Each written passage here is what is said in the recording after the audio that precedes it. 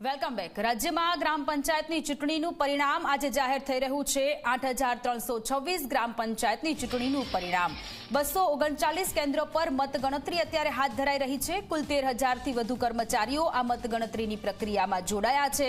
મતગણતરીના કેન્દ્ર પર ચુસ્ત પોલીસનો બંદોબસ્ત ગોઠવી દેવામાં આવ્યો છે। સીસીટીવી કેમેરાની નજર હેઠળ મતગણતરીની પ્રક્રિયા અત્યારે ચાલી રહી છે।